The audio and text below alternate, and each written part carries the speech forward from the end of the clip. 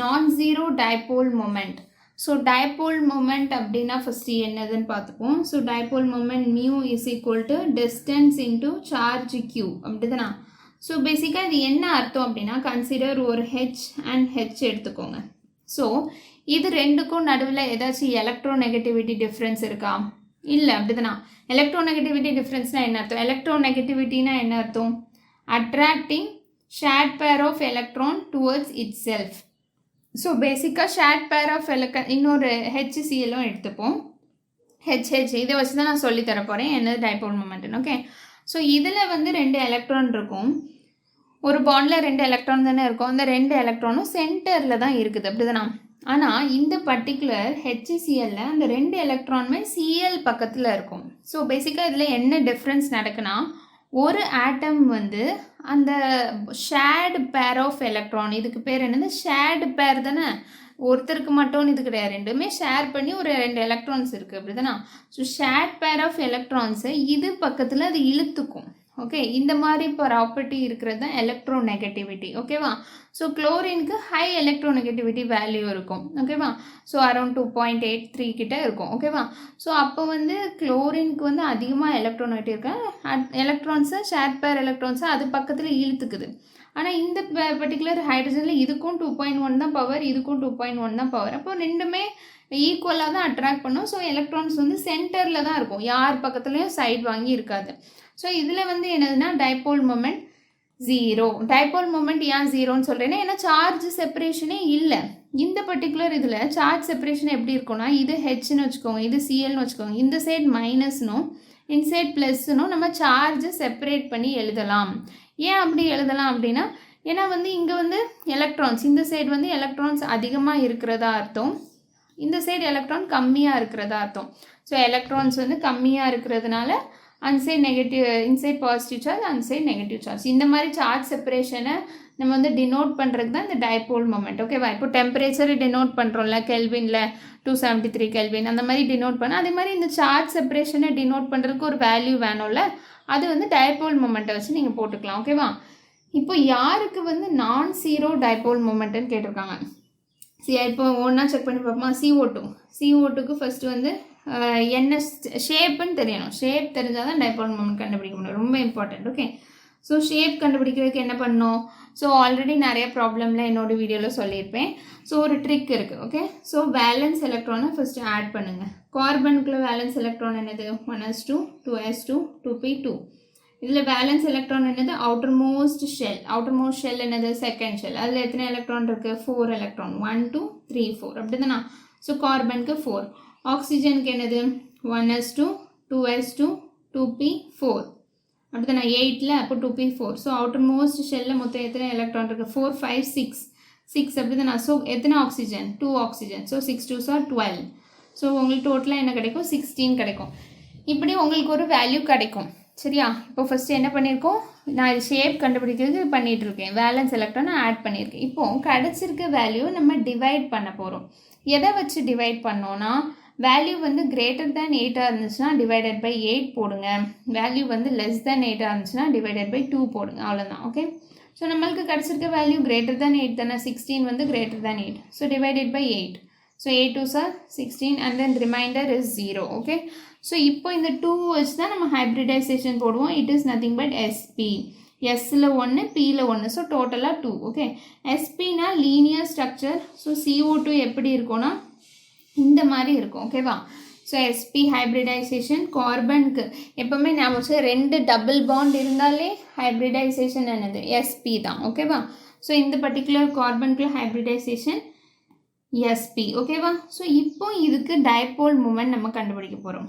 Okay, so வந்து என்ன ஆகும் அப்படின்னா, கார்பனுக்குள்ள வேல்யூ என்னது? எலக்ட்ரோநெகட்டிவிட்டி வந்து 2.5 கிட்ட இருக்கும். ஆக்சிஜனுக்கு வந்து 3 கிட்ட இருக்கும். ஓகேவா, 3.5 கிட்ட இருக்கும். ஸோ வந்து என்ன ஆகும் அப்படின்னா, எலக்ட்ரான்ஸ் வந்து இந்த சைடில் தானே போகும், அதே மாதிரி இங்கேருந்து எலக்ட்ரான் இந்த சைடில் தானே போகும். பேசிக்காக எலக்ட்ரான்ஸ்லாம் ஆக்சிஜன் பக்கத்தில் தான் இருக்கும், கார்பன் பக்கத்தில் இருக்காது எதுவுமே. எலக்ட்ரான்ஸ் எல்லாத்தையும் ஆக்சிஜன் எடுத்துக்கும், அப்படி தானே. ஸோ இந்த சைடு உள்ள பவரும் இந்த சைடில் உள்ள பவரும் அதே பவர் தானே. இந்த சைடும் ஆக்சிஜன் தான் இருக்குது, இந்த சைடும் 3.5 ஆக்சிஜன் தான் இருக்குது. அப்போ ரெண்டுமே கேன்சல் ஆயிரும் தானே. டைபோல் மூமெண்ட் 0 தானே வரும். ஏன்னா இந்த சைட்லையும் பவர் வந்து ஒரே அமௌண்ட், இந்த சைடும் பவர் வந்து ஒரே அமௌண்ட். ஸோ ரெண்டுமே ரெண்டு சைடு ஆப்போசிட் டைரெக்ஷனில் ஆரோ தான் மெயின். சரியா, ஆரோ ஆப்போசிட்டில் இருக்குதா, அதே ஆட்டம் இருக்குதா, ரெண்டுமே அதே ஆட்டம்னா அதே பவர் தானே. ஸோ ஆப்போசிட்னா ஜஸ்ட் கேன்சல் பண்ணிடுங்க. Dipole moment 0. Okay. So para dichloro பென்சீன்னா என்னது, இப்படி தானே போடுவீங்க, பென்சீன். அப்புறம் பேரா பொசிஷனில் குளோரின் போட்டிருக்கோம். ஓகே, பேரா பொசிஷனில் குளோரின் போட்டாச்சு. ஓகே. ஸோ இப்போது இதில் என்ன இருக்குது, கார்பன் இருக்குது, இதில் என்ன இருக்குது, குளோரின் இருக்குது. கார்பனுக்கு நம்மளுக்கு வேல்யூ என்னது, அரௌண்ட் 2.5 கிட்ட இருக்கும். பட் குளோரினுக்கு கிட்டத்தட்ட 3 கிட்ட வந்துடும். அப்படிதானா, எலக்ட்ரோநெகட்டிவிட்டி வேல்யூ சொல்கிறேன். குளோரினுக்கு வந்து 3 கிட்ட வந்துடும். அப்போ எலக்ட்ரான்ஸ் வந்து எங்கே போகும், இங்கேருந்து குளோரினுக்கு போகும், இங்கேருந்து குளோரினுக்கு போகும். ரெண்டும் ஆப்போசிட்டில் தானே இருக்குது. ஸோ இங்கேருந்து மேலே போகுது, இது வந்து கீழே போகுது. அப்போது ஈக்குவலும் தானே, இங்கேயும் குளோரின் தான் அட்ராக்ட் பண்ணுது, இங்கேயும் குளோரின் தான். அப்போ ரெண்டும் கேன்சல் ஆயிரும். Dipole moment 0 again. அடுத்து carbon tetrachloride. So carbon CCl4, இந்த மாதிரி CH4 CCl4 இந்த மாதிரி இருக்கிறதுக்கெலாம் ஹைப்ரிடைசேஷன் நீங்கள் கால்குலேட் பண்ணிங்கன்னா sp3 வரும். ஓகேவா, ஹைப்ரிடைசேஷன் எப்படி கால்குலேட் பண்ணோம், நம்ம ட்ரிக் யூஸ் பண்ணி கால்குலேட் பண்ணிக்கலாம். கார்பனுக்குள்ளே வேலன்ஸ் எலக்ட்ரான் என்னது 4. சரியா, ஃப்ளூரின் குளோரின் புரோமின் இது எல்லாத்துக்குள்ளே வேலன்ஸ் எலக்ட்ரானுமே எல்லாத்துக்குமே 7 தான். ஃப்ளூரினுக்கு 7, ஸோ குளோரினுக்கு 7. So 7 4s are 28. So 12, so 32 கிடைக்கும். ஸோ 32 டிவைடட் பை 8 போடுங்க. 8 4s are 32. ஸோ 4 அப்படின்னா என்னது, sp3 ஹைப்ரிடைசேஷன். ஸோ ஓகேவா. ஸோ sp3ல எப்படி இருக்கும் structure, tetrahedral structure. So 2 chlorine வந்து ஒரு பிளேனில் இருக்கும். கன்சிடர் இது ரெண்டும் எக்ஸ் பிளேனில் இருக்குன்னு வச்சுக்கிடுங்க. இன்னும் 2 வந்து லைக் வேறு பிளேனில் இருக்கும்.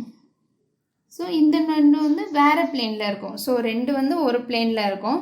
ஸோ இது ரெண்டும் ரைட் சைடும் லெஃப்ட் சைடும் இருக்குதுன்னு வச்சுக்கிடுங்க. ரைட் சைடில் இருக்குது, லெஃப்ட் சைடு. இது வந்து என்னது இருக்கும், இது வந்து ஃப்ரண்ட் அண்ட் பேக்கில் இருக்கும், முன்னாடியும் பின்னாடியும் இருக்கும். ரெண்டுமே டிஃப்ரெண்ட் பிளேனில் இருக்கும். ஓகேவா.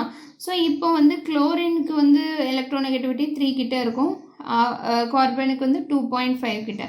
ஸோ எலக்ட்ரோநெகட்டிவிட்டி டைரக்ஷன் இந்த டைரக்ஷன் தானே, எல்லாமே ஆப்போசிட் பாருங்கள், எல்லாமே ஆப்போசிட் அண்ட் ஈக்குவல் ஆட்டம்ஸ், எல்லாம் கேன்சல் ஆகும்ல.